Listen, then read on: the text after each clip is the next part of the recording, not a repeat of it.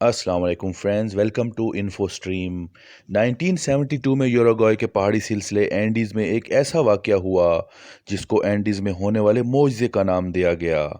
यूरुग्वे की rugby team chilli में एक एग्जीबिशन मैच खेलने के लिए 1972 में एक चार्टर्ड प्लेन 571 पर रवाना हुई। प्लेन में खिलाड़ियों के साथ साथ उनकी फैमिली मेंबर्स और दोस्तों को मिलाकर टोटल 45 अफराद सवार थे। मुसाफिरों में एक शख्स नंदो परादो के नाम से भी था, जो अपनी मां और बहन के साथ सफ़र कर रहा था। इंतहाई ख़राब मौसम के बायस एयरप्लेन 571 को अर्जेंटीना में एक स्टॉप करना पड़ा। सफ़र दोबारा शुरू हुआ, लेकिन मौसम निहायत ख़राब रहा। इंजन में शदीद आवाज़ें आ रही थीं और फिर एंडीज़ की पहाड़ी के नज़दीक जहाज़ अचानक क्रैश कर गया। पायलट ने स्पीड को बढ़ाकर जहाज़ को चोटी से टकराने से बचा लिया था, लेकिन एयरप्लेन इतनी ज़ोर से पहाड़ी से टकराया था कि उसके दो टुकड़े हो गए। ये एयरप्लेन चिली की बॉर्डर के करीब अर्जेंटीना के अंदर ही एंडीज़ के पहाड़ी सिलसिले में गिर गया था। 12 लोगों की मौके पर ही मौत हो गई। शदीद ज़ख्मी मुसाफिरों को मेडिकल स्टूडेंट्स गुस्तावो ज़र्बिनो और रॉबर्टो कनीसा ने इब्तदाई तिब्बी इमदाद देना शुरू कर दी। तैयारे की गुमशुदगी की इत्तला मिलते ही चिली की गवर्नमेंट ने सर्च ऑपरेशन शुरू कर दिया। उसी दिन 4 एयरप्लेन्स सारा दिन तैयारे को ढूंढते रहे, मगर उन्हें नाकामी का सामना करना पड़ा। दूसरे दिन चिली और यूरुग्वे की गवर्नमेंट के 11 तैयारे सर्च ऑपरेशन में शामिल हो गए, मगर तबाहशुदा जहाज़ उन्हें कहीं ना मिला। उधर तैयारे के मुसाफिरों पर शदीद तरीन सर्द रात आ पड़ी और उसी रात जहाज़ के पायलट समेत 5 मजीद शदीद ज़ख्मी लोग हलाक हो गए। तैयारे के टूटे हुए हिस्से में मुसाफिरों ने सामान, सीटें और अपने बैग्स भरना शुरू कर दिए ताकि शदीद ठंड को रोका जा सके, और उन्हीं सीट कवर्स को उन्होंने अपने ऊपर रात को रज़ाई के तौर पर डाला।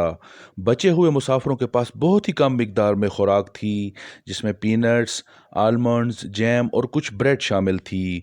उधर नंदू परादू को 3 दिन कोमा में रहने के बाद होश आ गया, जबकि उसकी माँ और बहन इस हादसे में हलाक हो चुके थे।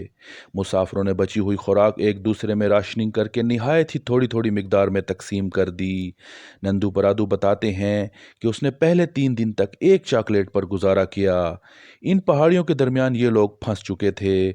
इनके पास किसी किस्म की खुराक नहीं थी और बाहर जाने का कोई रास्ता ना था।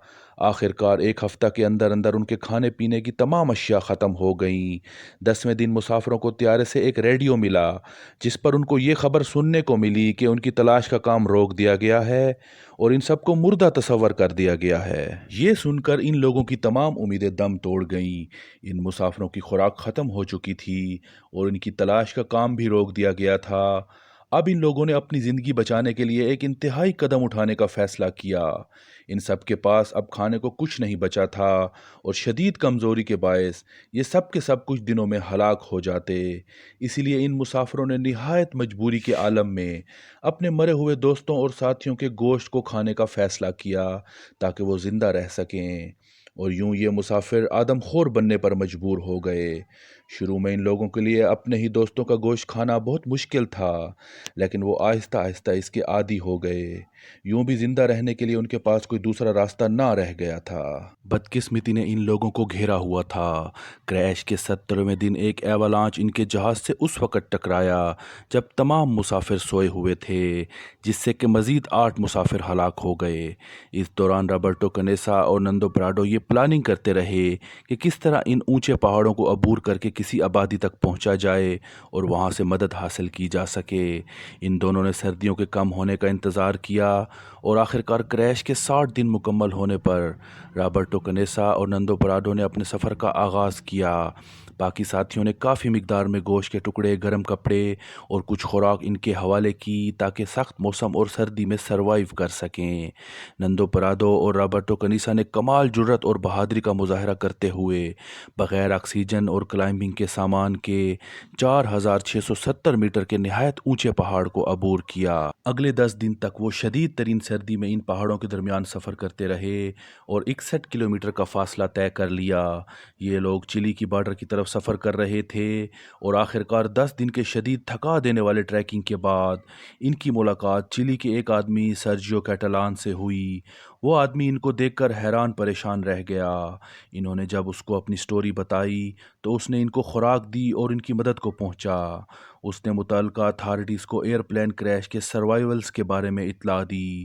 دنیا بھر کے میڈیا رپورٹرز رابرٹو کنیسا اور نندو پراڈو کا انٹرویو لینے کے لیے پہنچنے لگے۔ اس دوران بچ جانے والے 14 مسافروں کو 23 دسمبر 1972 کو ہیلی کاپٹرز کے ذریعے گورنمنٹ نے ریسکیو کر لیا۔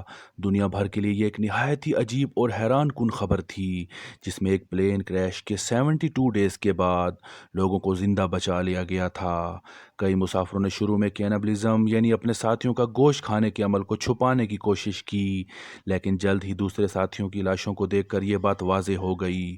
کچھ لوگوں نے ان پر اپنے ساتھیوں کو قتل کرنے کا الزام بھی لگایا، لیکن ان تمام ٹیم ممبر نے ایک مشترکہ پریس کانفرنس کی جس میں اس بات کی وضاحت کی کہ نہایت مجبوری کے عالم میں اپنی جان بچانے کے لیے ان کو یہ اقدام اٹھانا پڑا۔ جو لوگ اس کریش میں مر چکے تھے ان کو اسی سائٹ پر دفنانے کا فیصلہ کیا گیا جہاں ان کی مشترکہ قبر بنائی گئی ہے۔ اس واقعے پر ہالی ووڈ میں ایک فلم الائیو کے نام سے بنائی گئی ہے۔ فرینڈز، نندو پراڈو نے جس جرأت اور بہادری کا مظاہرہ کیا، اس میں ہم سب کے لیے یہ پیغام چھپا ہے کہ ہم کسی بھی حال میں حوصلہ نہ ہاریں اور ہمت اور بہادری سے کام لیں تو ہر مشکل سے نکلا جا سکتا ہے۔ امید ہے آپ کو آج کی ویڈیو پسند آئی ہوگی۔ ہماری ویڈیو کو لائک، کمنٹ اور شیئر کرنا نہ بھولیے گا۔ Thanks for watching info stream.